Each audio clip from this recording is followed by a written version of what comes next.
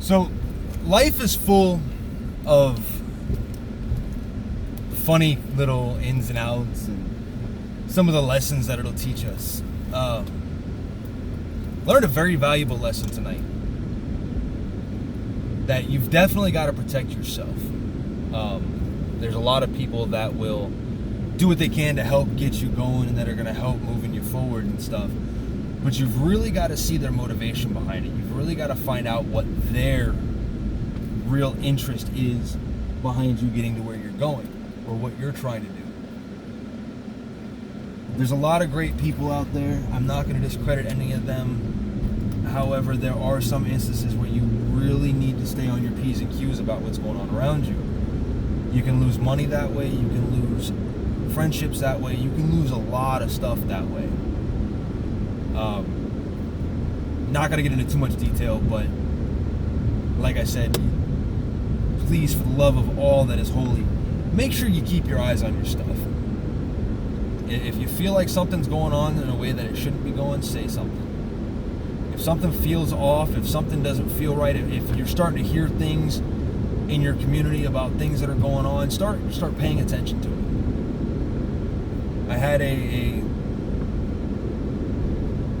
had a situation happen where I lost something that should have been a full gain for me. And it can be spun both ways. Absolutely. And truth be told, it's going to come down to my word against theirs. It's going to come down to he said, she said. And it's really going to come down to not worth my time, my frustration, my aggravation. So what I learned was to cut my losses. I realized in that situation that there's nothing I can do. But what I will do is I will still proceed the very best that I know how. I will still maintain to give the best experience possible for my customer because that's how I work. But I'm still going to get the other person involved in the situation, and I'm going to have them also do their share. Don't just think that because somebody's there and they want to do something, this, that, or the other, that you should not ask them to do something.